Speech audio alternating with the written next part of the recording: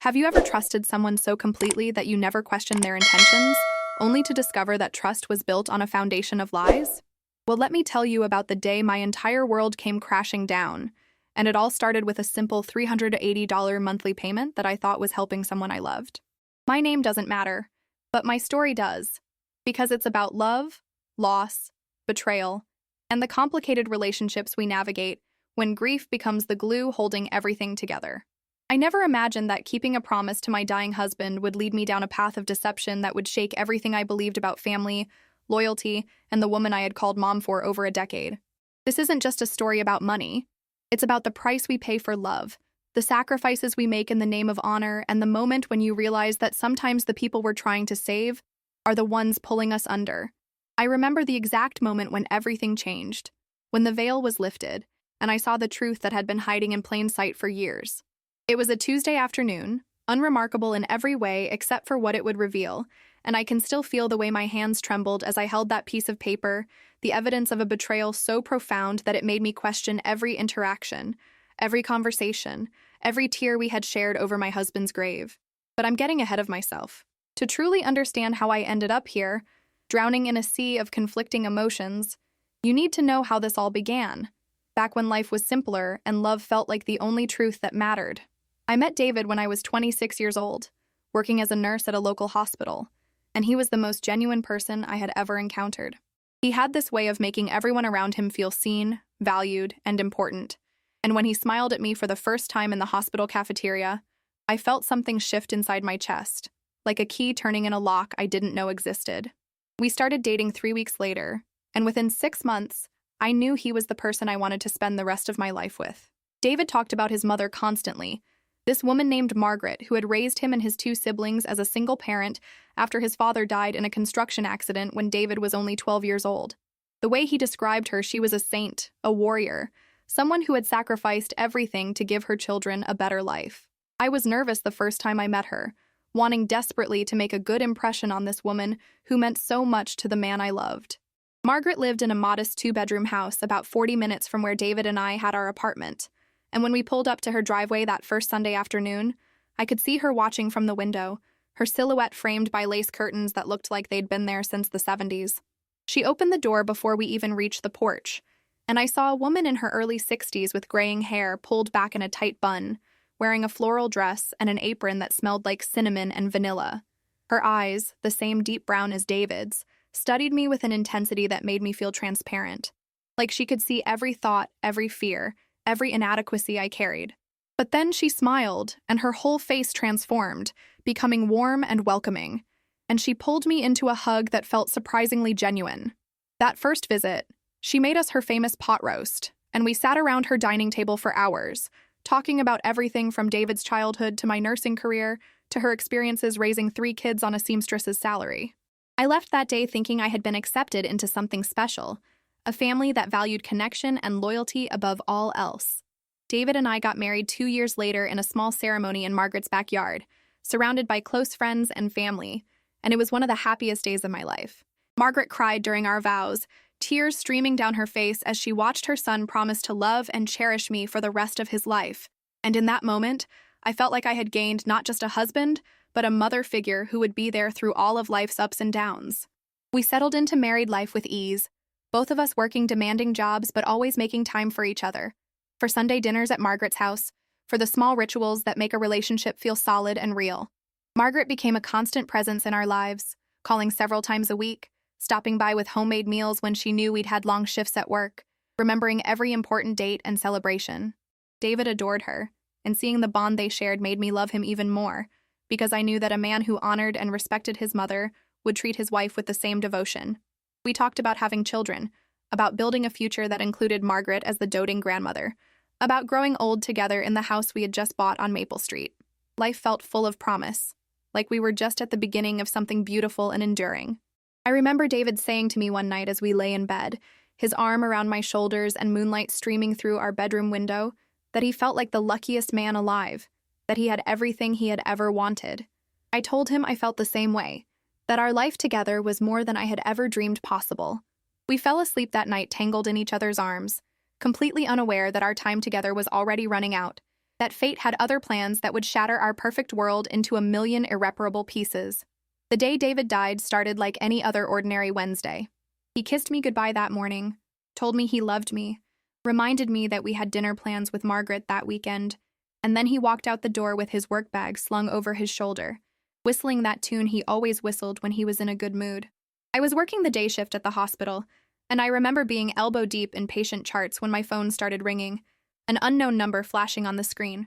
Something told me to answer it, some instinct that whispered that this call would change everything. And when I heard the police officer's voice on the other end, calm but serious, asking if I was David's wife, my knees buckled, and I had to grab the edge of the nurse's station to keep from falling. There had been an accident, he said, a collision at the intersection of 5th and Broadway, and David had been taken to St. Mary's Hospital, which was ironically where I had done my nursing training. The officer wouldn't give me details over the phone, just urged me to get there as quickly as possible, and I remember the drive to St. Mary's feeling both endless and instantaneous, time warping in that strange way it does during moments of extreme crisis.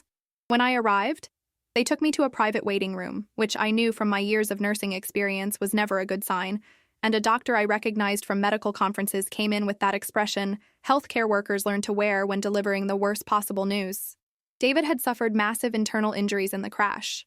They had done everything they could, but he hadn't survived. The words felt like they were coming from underwater, muffled and distant, and I remember thinking that this had to be a mistake, that David was too alive, too vibrant, too essential to simply cease existing.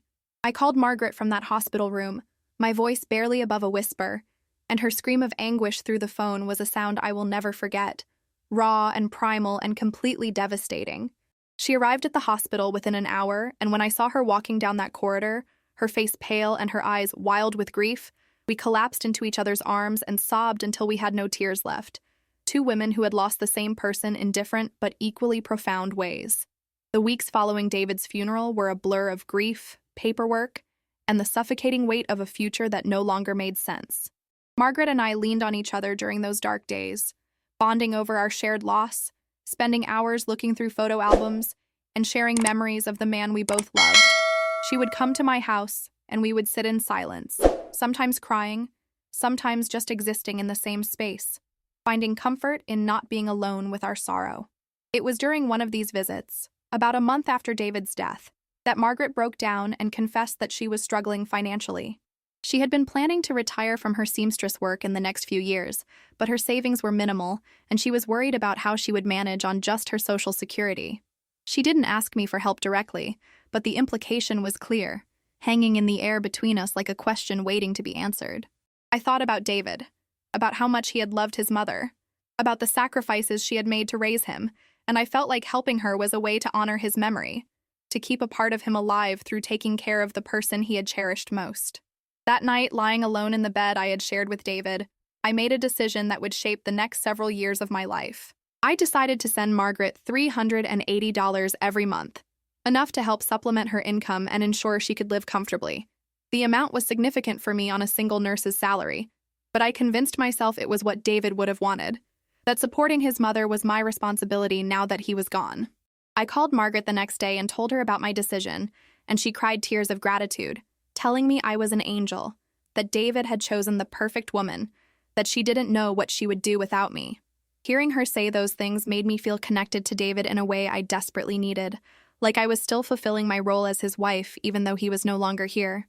I set up an automatic transfer from my checking account to Margaret's every month, and for the first couple of years, it felt good, purposeful, like I was making a real difference in her life.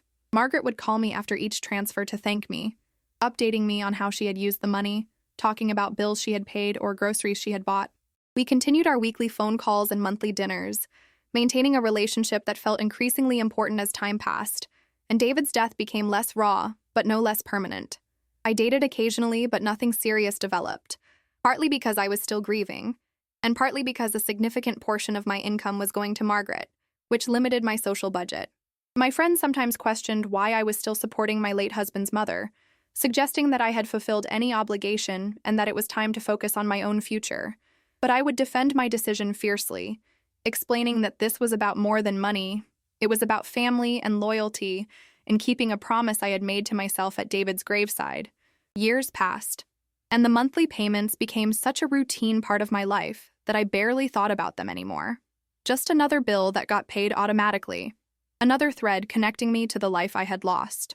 Margaret seemed to be doing well, or at least that's what she told me during our calls, and I took comfort in knowing that I was helping to make her later years more comfortable. But then, subtle things started to change. Small inconsistencies that I initially dismissed but that began to accumulate in the back of my mind, creating a nagging sense that something wasn't quite right. Have you ever had that feeling where your intuition is screaming at you, but your conscious mind keeps making excuses, rationalizing away the warning signs because acknowledging them would mean facing a truth you're not ready to accept? That's exactly where I found myself about 5 years into sending those monthly payments to Margaret. It started with little things, comments she would make that didn't quite add up, mentions of purchases or expenses that seemed inconsistent with someone who was supposedly struggling financially. She casually mentioned upgrading her kitchen appliances, taking a weekend trip to visit her sister in another state, buying new furniture for her living room. Each time she had explanations that sounded reasonable on the surface, talking about sales she had found or money she had saved from other areas. But the pattern started to bother me. Then there was the incident with her car. Margaret called me one evening, upset because her old sedan had finally died and she needed a new vehicle. She asked if I could help with the down payment, just a few $100s to supplement what she had saved, and something in me hesitated for the first time. I reminded her, as gently as I could, that I had been sending her almost $4,000 a year for the past 5 years, which should have allowed her to save something for emergencies like this. She got defensive, her tone shifting from pleading to cold, telling me that I clearly didn't understand how expensive it was to live on a fixed income, that the money I sent barely covered her basic needs, that she was sorry for even asking and wouldn't bother me again. I felt guilty immediately, like I had been ungrateful or judgmental, and I ended up transferring an additional $500 for her car down payment. But after that conversation, the seed of doubt had been planted, and I couldn't stop myself from wondering where all that money had actually been going. I started paying more attention during our phone calls and visits, listening not just to what Margaret said, but to what she didn't say, noticing details I had previously overlooked. Her house, which she claimed was falling apart and in desperate need of repairs, actually looked quite nice, with fresh paint in several rooms and new decorative touches that definitely hadn't been there a year ago. She mentioned going out to dinner with friends regularly, taking classes at the senior center, shopping at stores that weren't exactly known for their budget-friendly prices. None of these things individually were damning, but together they painted a picture that contradicted the narrative of financial struggle she had been presenting to me for years. I felt torn between my loyalty to David's memory and a growing suspicion that I was being taken advantage of, and the internal conflict was eating away at me. I confided in my best friend Rachel, who had been skeptical of the arrangement from the beginning, and she suggested that I simply ask Margaret directly about her finances, have an honest conversation about whether she still needed my monthly support. But every time I tried to bring it up, Margaret would deflect, changing the subject or making me feel guilty for even questioning her, and I would back down, telling myself I was being paranoid or suspicious without cause. The truth is, I was afraid of what I might discover, afraid that confronting Margaret would mean admitting that the last 5 years of sacrifice and self-imposed obligation had been based on a lie. So I kept sending the money, month after month, even as the doubts grew louder and harder to ignore, even as I started to resent the automatic deduction from my account, even as I began to feel like a fool. Comment below if you've ever been in a situation where you suspected someone was lying to you, but you were too afraid to confront them because it would shatter an illusion you desperately wanted to believe. The moment of truth came on an ordinary Tuesday afternoon, 6 years after I had started sending Margaret those monthly payments. I had stopped by her house unexpectedly, something I rarely did because she always preferred advanced notice, but I had been in her neighborhood running errands and thought I would surprise her with a visit. When I pulled into her driveway, I noticed immediately that her car wasn't there, and I almost left. But something made me walk up to her porch, some instinct that this was the moment I had been unconsciously moving toward for months. The front door was locked, but I remembered that Margaret kept a spare key under a fake rock by her garden gnome, and before I could talk myself out of it, I was unlocking her door and stepping inside. I told myself I was just going to leave her a note, maybe water her plants since I was there. But as I walked through her house, I couldn't help but notice how different it looked from the modest, barely getting by home she had described in our conversations. There was a brand new flat-screen television in the living room, expensive-looking artwork on the walls, a dining room set that had definitely been recently purchased. My heart was pounding as I wandered further into her house, feeling like an intruder but unable to stop myself, and then I saw it, sitting on her kitchen table in plain sight, a bank statement that had been left out, probably forgotten in a rush to leave the house. I knew I shouldn't look, that reading someone else's bank statement was a massive invasion of privacy, but my hands were already reaching for it, my eyes already scanning the numbers and transactions listed on the page. What I saw made my blood run cold and my stomach drop, with a sickening realization that changed everything I thought I knew about my relationship with Margaret. Her checking account balance was over $32,000. $32,000? I stood there in her kitchen staring at that number, my mind racing to make sense of what I was seeing. This was a woman who had been telling me for 6 years that she was barely scraping by, that my monthly payments were essential for her survival, that she didn't know how she would manage without my help. But here was evidence that she had been systematically saving the money I sent her, accumulating a substantial nest egg while continuing to plead poverty and accept my financial support under false pretenses. I kept reading, my hands shaking so badly I could barely hold the paper, and I saw transaction after transaction that revealed a lifestyle far more comfortable than she had ever let on. Regular deposits from her Social Security, which were higher than I had realized. Deposits from what looked like a pension I didn't know she had. And yes, there they were, my monthly $380 transfers, labeled simply as deposit. But what really devastated me were the withdrawals.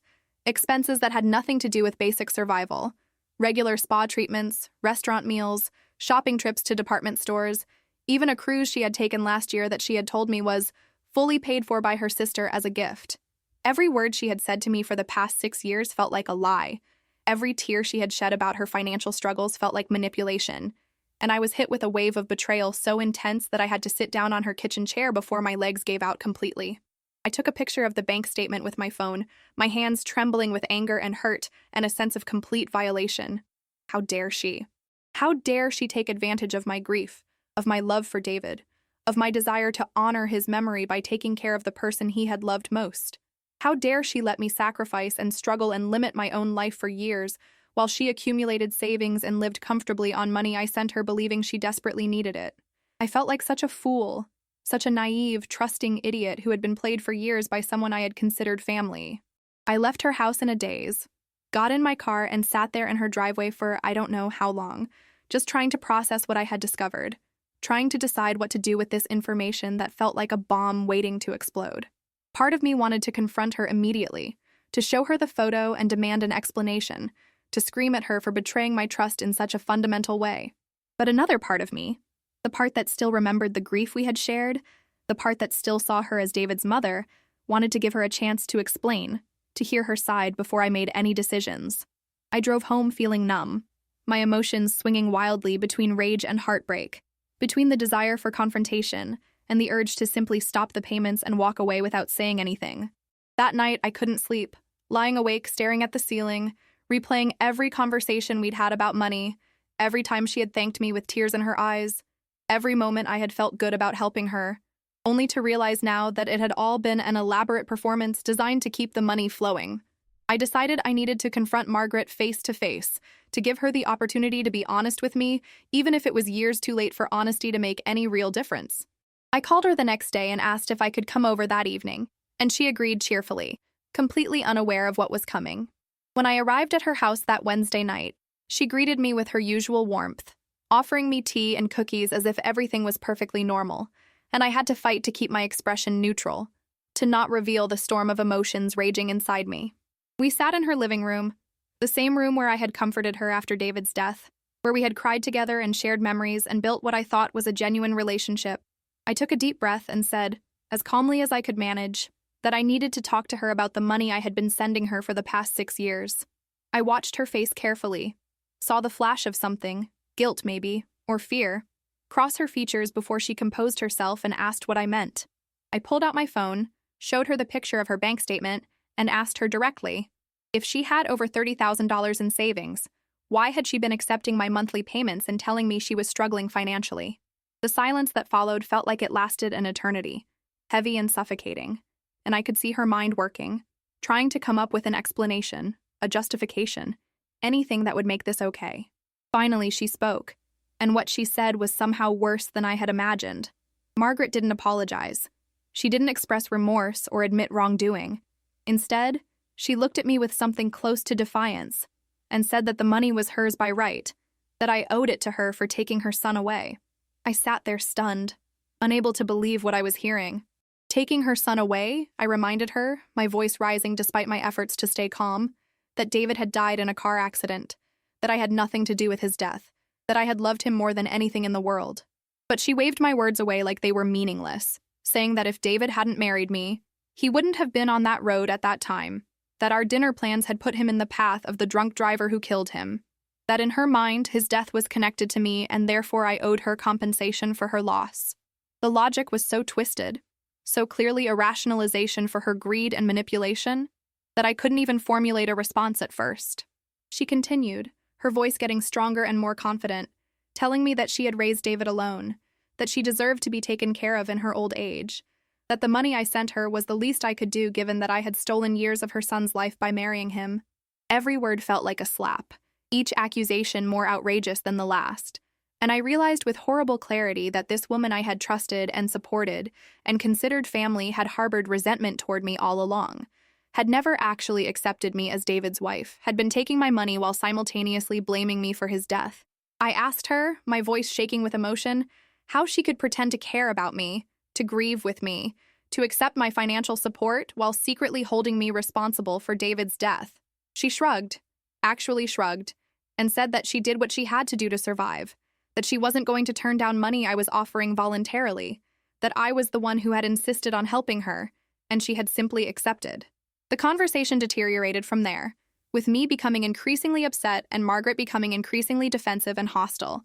I told her that I would be stopping the monthly payments immediately, that I felt completely betrayed by someone I had trusted implicitly, that I couldn't believe she had manipulated my grief and love for David to extract money from me under false pretenses. She accused me of being cheap and ungrateful, of abandoning her after she had welcomed me into her family, of dishonoring David's memory by refusing to take care of his mother. The hypocrisy of her words, the absolute shamelessness of her accusations, left me speechless. I stood up to leave, too angry and hurt to continue the conversation, and she followed me to the door shouting that David would be ashamed of me, that I had never deserved him, that she should have known I would eventually show my true colors. I turned around on her porch, looked her directly in the eyes, and said the words I had been holding back, that David would actually be ashamed of her, for lying and manipulating and taking advantage of someone who had only ever tried to honor his memory by helping his mother. I saw her face crumple for just a moment, a flash of what might have been genuine emotion breaking through her anger, but then she slammed the door in my face and I stood there on her porch, shaking with adrenaline and grief and a sense of loss that was different from but just as profound as the loss of David himself. I had lost my husband to a tragic accident, but now I was losing the family I thought I had gained through marriage, losing the illusion that Margaret and I had bonded through shared grief, losing the belief that my sacrifice had been meaningful and appreciated. The drive home that night was one of the longest of my life, my mind replaying the confrontation over and over, dissecting every word, every accusation, every moment of the past 6 years through this new lens of betrayal and manipulation. I cried, deep wrenching sobs that made it hard to breathe, mourning not just the money I had sent but the emotional investment I had made, the relationship I had believed in, the narrative I had constructed about honoring David through caring for his mother. When I got home, I immediately logged into my bank account and canceled the automatic monthly transfer to Margaret's account.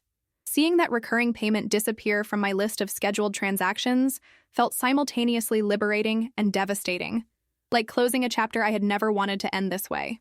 I calculated, sitting at my kitchen table with a calculator and years of bank statements, that I had sent Margaret a total of almost $28,000 over the 6 years since David's death. $28,000 that I had scraped together from my nursing salary. $28,000 that had limited my own life and opportunities. $28,000 that I had given freely out of love and loyalty and a desire to do the right thing.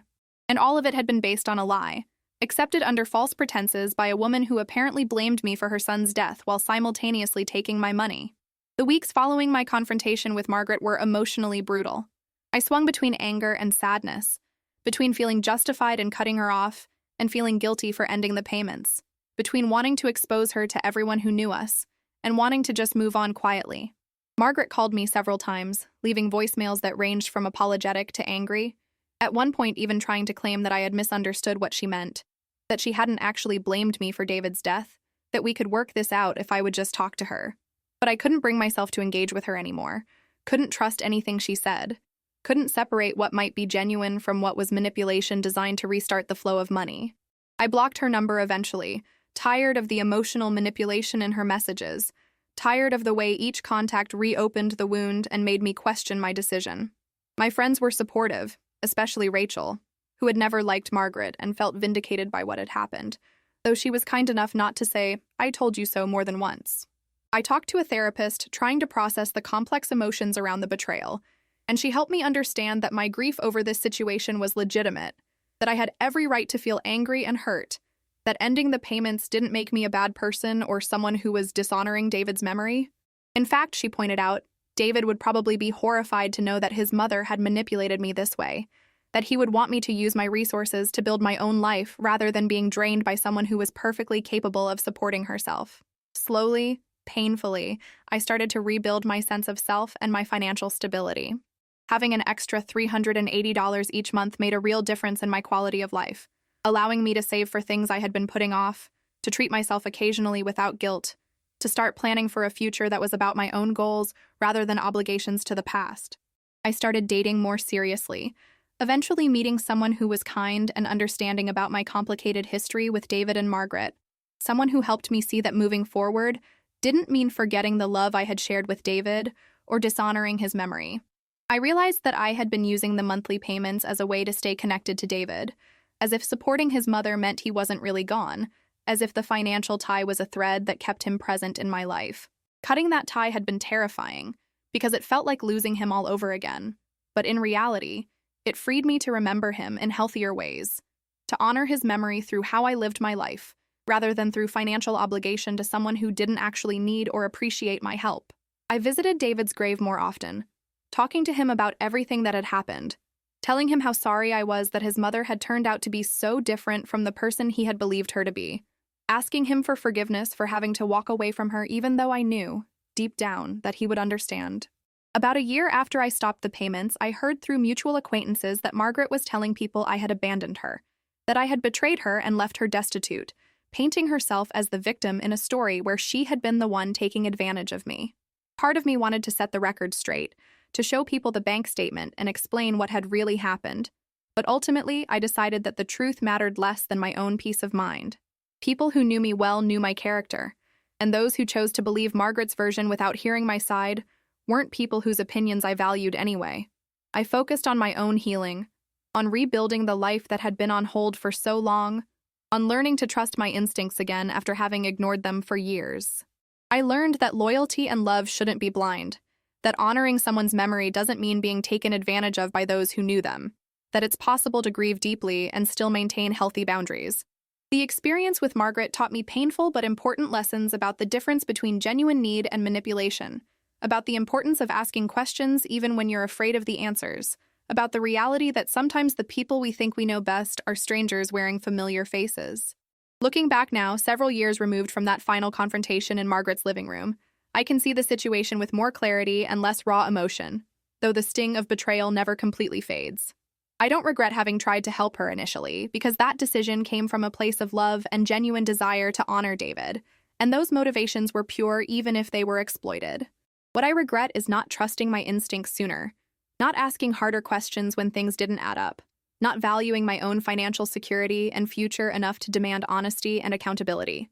I regret the years I spent limiting my own life out of a sense of obligation that was built on lies, the opportunities I missed, because I was sending nearly $4,000 a year to someone who didn't need it. But I also learned that I am stronger than I thought, capable of making difficult decisions even when they go against everything I want to believe, capable of choosing my own well-being over maintaining a comfortable illusion. I learned that sometimes the most loving thing you can do for yourself is to stop participating in someone else's deception, to walk away from a situation that is fundamentally unhealthy, no matter how much history you share or how badly you want it to be different. If you're reading this story, or rather, if you're listening to my experience, I want you to understand that it's okay to change your mind about commitments you've made, especially if those commitments were based on information that turned out to be false. It's okay to stop helping someone when you discover they don't actually need help, but are simply taking advantage of your generosity. It's okay to prioritize your own financial security and mental health over maintaining relationships that drain you without reciprocating genuine care and respect. I spent years feeling like I had to keep sending that money because stopping would mean I didn't love David enough, that I was abandoning my responsibilities, that I was being selfish or ungrateful. But the truth is that real love and real family don't require you to sacrifice your own well-being indefinitely, don't thrive on deception and manipulation, don't blame you for tragedies you had no control over. David loved me, and he loved his mother. But I truly believe that if he could see what happened, he would want me to be happy and secure, not struggling to support someone who is perfectly capable of supporting herself, while harboring secret resentment against me. He would want me to live fully, to build a future that honors the love we shared without being imprisoned by obligations that serve no one's actual needs. This experience fundamentally changed how I approach relationships and trust, making me more cautious but also more discerning about where I invest my emotional and financial resources. I still believe in helping people, in being generous and compassionate, in honoring the memories of those we've lost, but I do it with my eyes open now, asking questions and expecting honest answers, trusting but verifying, maintaining the boundary between genuine support and enabling manipulation. I've learned to recognize the red flags I ignored with Margaret, the subtle inconsistencies and deflections that should have alerted me to the reality of the situation much sooner. I've learned that grief can make us vulnerable to exploitation, that people who seem to share our pain may have their own agendas, that good intentions aren't enough if they're not paired with wisdom and discernment. Most importantly, I've learned that I deserve to be treated with honesty and respect, that my willingness to help doesn't obligate me to be a perpetual source of financial support for someone who lies to me, that walking away from toxicity isn't abandonment, it's self-preservation. To anyone who has found themselves in a similar situation, supporting someone financially because of guilt or obligation, or a desire to honor a lost loved one, I want you to know that you have permission to reassess that arrangement. You have permission to ask hard questions about whether your help is truly needed or whether it's being taken for granted. You have permission to stop giving if you discover you've been deceived, and stopping doesn't make you a bad person or someone who lacks compassion. It makes you someone who values themselves enough to demand honesty and reciprocal respect in their relationships. Don't let anyone guilt you into continuing to sacrifice your own financial security and future for someone who is manipulating you, no matter how close they were to someone you loved, no matter how long you've been helping them, no matter what kind of emotional blackmail they use to keep the support flowing. You owe it to yourself to live a life that isn't defined by someone else's dishonesty, to build a future that reflects your own dreams and goals rather than endless obligation to the past. The dead don't demand sacrifices from us. They would want us to be happy and whole, and honoring their memory means living well, not being drained dry by those who exploit our love and grief for their own benefit. Have you ever been in a situation where you discovered someone was taking advantage of your generosity? Have you ever had to make the painful decision to cut off support to someone you cared about because you realized the relationship was built on deception? I'd love to hear your experiences in the comments below, because these situations are more common than we like to admit, and sharing our stories helps others who might be going through something similar feel less alone. If this story resonated with you, if you felt the anger and betrayal and eventual liberation I experienced, please leave a like on this video. Your engagement helps this channel grow and reach more people who need to hear these real-life experiences and know they're not alone in their struggles.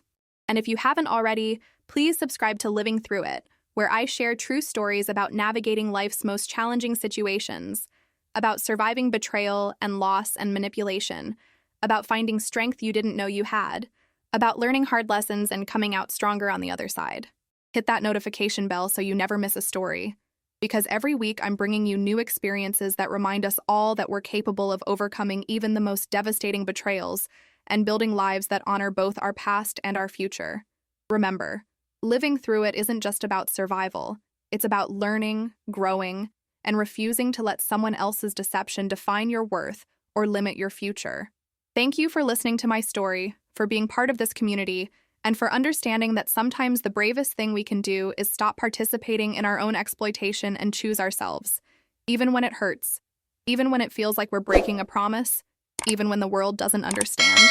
You deserve honesty, respect, and relationships that uplift rather than drain you, and never forget that.